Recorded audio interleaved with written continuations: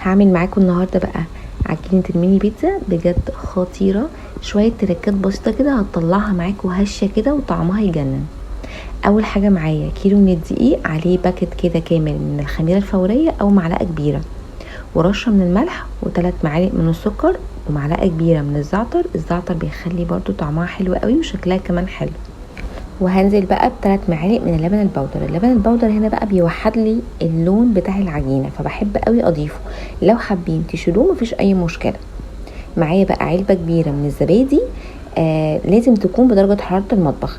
كل مكوناتي تبقى بدرجه حراره المطبخ عشان تخلي الخميره تتفاعل معايا وتبقى هشه كده ومش مكتومه. وهنزل كمان بكوبايتين كبار من الميه الدافيه. هنزل بقى باول كوبايه من الميه، والكوبايه التانية هنزل بنصها بس، وهبتدي ان انا اقلب الاول وبعد كده هعجن بايدي. في المرحله دي بقى لازم اعجن كويس جدا، مش اقل من 10 دقايق. ودي تاني تركايه، ان انا اقلب كويس جدا جدا واعجن كويس جدا جدا لغايه ما اوصل للمرحله اللي انتوا شايفينها دي، تكون العجينه بتلزق شويه. ممكن بقى نحتاج من نص الكوبايه بتاعه الميه شويه زياده، حاجه بسيطه كده لغايه ما توصل معايا النتيجه دي. بعد كده بنزل بقى بربع فنجان من الزيت، وهعجن تاني لمدة 5 دقايق لغاية ما توصل معايا عجينة طرية جدا زي ما انتم شايفين كده. هجيب بقى البولة وهدهنها شوية من الزيت، وهحط العجينة وهقفلها كويس جدا وهشيلها في مكان دافي. لو في الصيف بنقعد ساعة الا ربع، لو في الشتاء بنقعد ازيد شوية. بعد كده بخرجها بقى بتبقى بالشكل اللي انتوا شايفينه ده، وهبتدي اخد بقى من الحروف كده من بره لجوه بالشكل ده كده. عايزه اوريكم بس طراوه العجينه طريه جدا معايا زي ما انتم شايفين كده، وبرده بتلزق حاجه بسيطه خالص كده اهو معايا. هجيب بقى العجينه هدهن ايدي بالزيت، وهبتدي ان انا اخد بقى قطعه قطعه. انا هنا عامله القطعه 30 جرام، لو حابين توصلوها ل20 برده بتبقى حلوه جدا. هعملها زي ما انتم شايفين بالشكل ده كده، وان انا لازم اغطي العجينه عشان ما تنشفش الوش بتاعها معايا.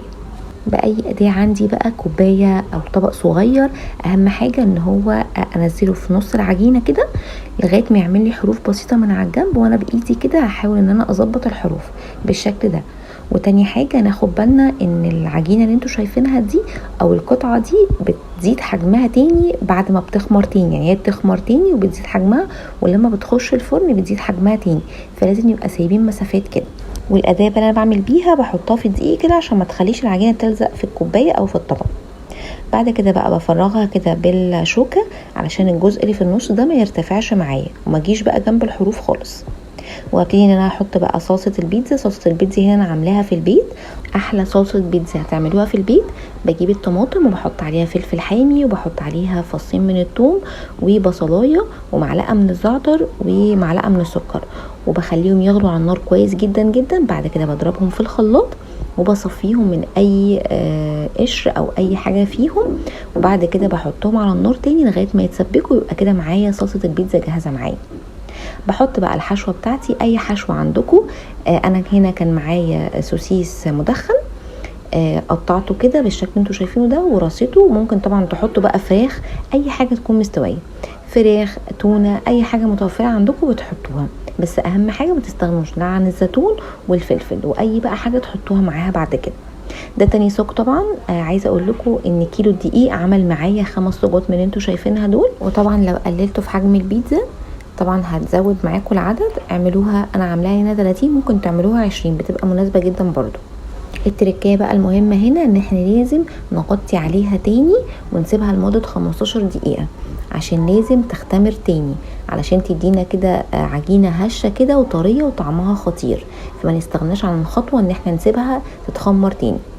ده بقى الصاج التاني بعد ما سبته يتخمر، او اهم حاجة ان انا اكون مغطياها بحاجة علشان الحروف ما تنشفش، واسيبها بقى 15 دقيقة. بعد كده بقى هدهنها من على الحروف بالصلصة. لو حابين تدهنوها من على الحروف زيت او زبدة برضو بتبقى حلوة جدا.